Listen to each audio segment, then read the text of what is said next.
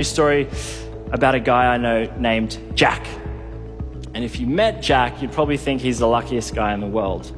I mean, he's got a loving family and plenty of mates. And they think he's kind of funny. They always think of him as a bit of a joker.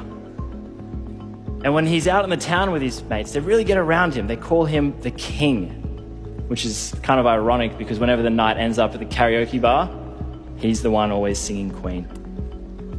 Wow.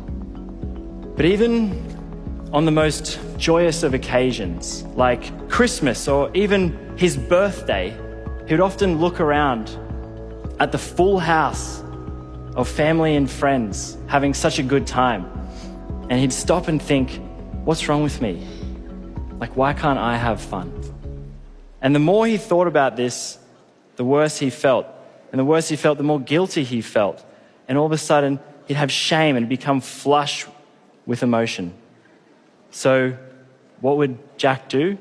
He'd find a nice quiet room in the house and cry. You see, Jack was a 28-year-old man. And in his mind, 28-year-old males, they needed to be strong.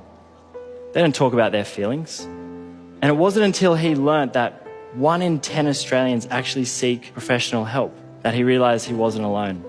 And that's what gave him the courage to talk to his friends. And when he did, they thought it showed true heart to talk about his feelings. So he started to do some research, and he was shocked to learn that in the most recent year, 3,318 Australians took their own lives. That's 63 people every single week.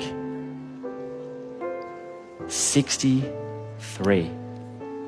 And for every person that did, another 20 attempted to. In Australia, suicide is the leading cause of death for people aged between 15 to 44. And he didn't want to become another statistic. But do you know what really helped Jack? It was hearing other people's stories. And not just stories from his friends and family, but stories from Australian royalty, Australians in politics, Australians in fashion and business, even some Australian sporting legends.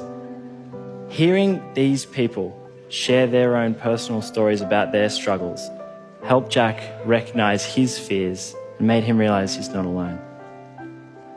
So do you know what Jack decided to do? Jack decided to share his story on Australia's Got Talent.